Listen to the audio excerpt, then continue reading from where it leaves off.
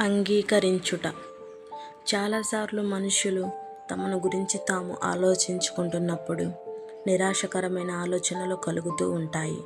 నాకిది లేదు, అది లేదు, నేనెందుకు ఈ ఇంట్లో పుట్టానా, ఇంకెక్కడైనా పుడితే బాగుండేది, ఇలాంటి అసంతృప్తికరమైన ఆలోచనలు.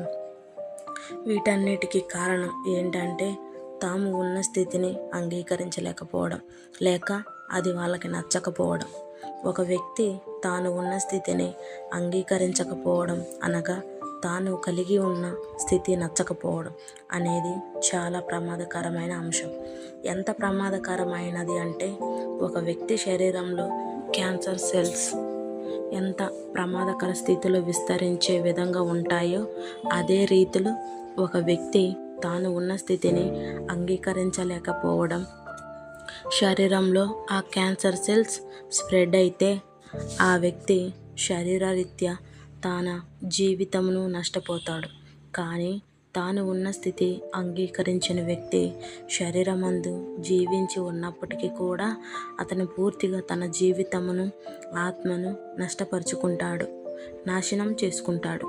అందుకే మొట్టమొదటగా ఒక మనిషి డబ్బు, ఆరోగ్యం, తల్లిదండ్రులు ఏమీ ఉన్నా లేకపోయినా తాను ఉన్న స్థితి తనకు నచ్చే విధంగా మనసుని నూతనపరుచుకోవాలి.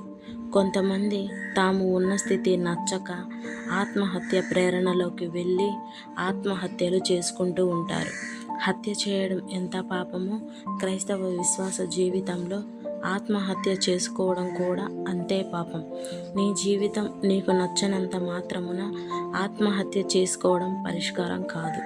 కొందరికి తమని కన్న తల్లిదండ్రులు పేదవారైతే వారు నచ్చరు, వారి స్టేటసు నచ్చదు.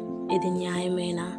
మనం ఎక్కడ ఏ ఇంట్లో పుట్టామో వాళ్ళ స్థితిగతులతో మన భవిష్యత్ ఆధారపడి ఉండదు. దేవుని చేతిలోనూ మనం తీసుకునే నిర్ణయాలలోనూ చేసే పనులను బట్టి మన భవిష్యత్ ఆధారపడి ఉంటుంది. తల్లిదండ్రులను బట్టి, వారి సామాజిక స్థితిని బట్టి కృంగిపోవాల్సిన అవసరం లేదు.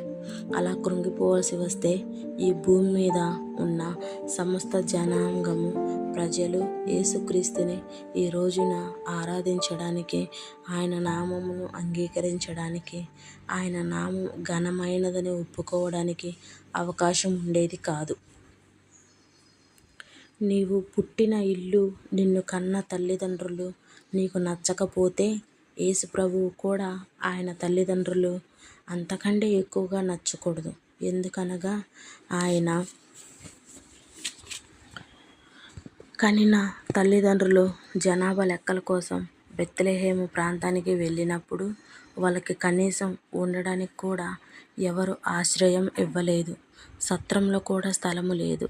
పశువుల పాకలో ఆయన జననం జరిగింది. ఆనాటి నుండి ఈనాటి వరకు 2000 సంవత్సరాలు పైగా అయ్యింది. అన్ని నామముల కంటే పైనామముగా దేవుడు ఆయనను హెచ్చించారు. ఆయన పుట్టిన ఇంటిని బట్టి ఆయన భవిష్యత్తు లేదు. నీ జీవితంలో కూడా ఎవరికి పుట్టావు, ఎక్కడ పుట్టావు అనే దానిని బట్టి నీ భవిష్యత్తు ఉండదు అని మొదట జ్ఞాపకం చేసినట్లుగా మొట్టమొదటగా నీ ప్రస్తుత స్థితిని నీవు అంగీకరించు. నేను ఉన్న స్థితి నచ్చలేదు అనేది దేవుని యొక్క వాక్యమును బట్టి ఆయన దృష్టిలో తప్పు. అదే బైబిల్ గ్రంథం చెప్పుచున్న మాట. ధనాపేక్ష లేని వారై మీకు కలిగిన వాటితో తృప్తి పొంది ఉండుడి.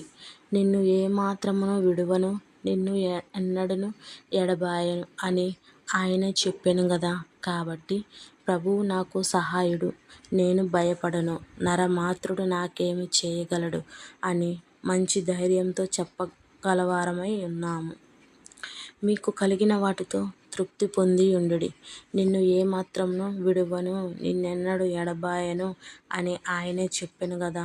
అంటే ప్రతిదినం కూడా నీవు ఉన్న స్థితి నీకు నచ్చాలి. నీవు ఉన్న పరిస్థితులలో తృప్తిగా బ్రతకాలి. ఏ పరిస్థితుల మధ్యలో ఉన్నప్పటికీ కూడా ఆ పరిస్థితిని ఎప్పుడు అసహ్యించుకోకూడదు. తృప్తిగా జీవించడం అంటే అదే. మన స్థితిని బట్టి మనం హాయిగా ఉండడం నేర్చుకుంటే పరిస్థితులు అన్నీ కూడా ఆటోమేటిక్గా మారిపోతాయి. కానీ మనుషులందరూ కోరుకునేది ఏంటంటే, నాకు నచ్చలేదు కాబట్టి నా స్థితి అంతా మార్చేస్తే నేను హాయిగా ఉంటాను అని. వాస్తవమైన విషయం ఏమిటంటే, మార్చేసినా హాయిగా ఉండరు. అప్పుడు మరలా ఇంకా ఏదో విషయం బాధను కలిగిస్తుంది. మరి మారాల్సింది మనుష్యులమైన మనమే. ఎవరికి వారి స్థితి నచ్చడం లేదో మొదట వాళ్ళు మారాలి తప్ప, నచ్చట్లేదు అని వారి స్థితి మార్చేసినంత మాత్రాన వాళ్ళు మారిపోతారు అనుకుంటే అది పొరపాటు. పశువుల పాకలో పుట్టడం, చాలీ చాలని సంపాదన కలిగిన ఇంటిలో పుట్టడం ఎవరికి నచ్చుతుంది? తండ్రి వడ్రంగి పని చేస్తుంటే ఆ సంపాదన ఇంట్లో ఉన్న పిల్లలకి, తల్లిదండ్రులకు సరిపోకపోతే కుటుంబ పోషణ కొరకు తండ్రికి సహాయం చేస్తూ పెరిగి పెద్దవాడయ్యాడు యేసుక్రీస్తు. ఈ రోజున నీ తల్లిదండ్రులు నీకు అనుకూలంగా ఉండి నిన్ను పెంచి పెద్ద చేస్తుంటే నీకు నచ్చుతుందా? వారి రూపం సరిగా లేకపోతే నచ్చదు కొంతమందికి. వాళ్ళు ఏం చేస్తారని చెప్పుకోవడానికి ఇష్టపడరు. ఇష్టం ఉండేటట్లు ఎవరికైనా వారిని పరిచయం చేయడానికి సిగ్గుపడుతూ ఉంటారు కొందరు. కుటుంబంలో మొట్టమొదట పుట్టిన యేసయ్య కుటుంబ పోషణలో తండ్రికి సహాయపడుతూ వచ్చాడు. అయినప్పటికీ ఆ స్థితి అంతా కూడా ఆయనకు నచ్చింది. అందుకే ఆయన నామమును అక్కడ నుండి, దిగువ స్థాయి నుండి అన్ని నామముల కంటే పైనామముగా దేవుడు ఆయనను హెచ్చించాడు. యెహోవా దారిద్ర్యమును ఐశ్వర్యమును కలుగజేయువాడు, కృంగజేయువాడును లేవనెత్తువాడును.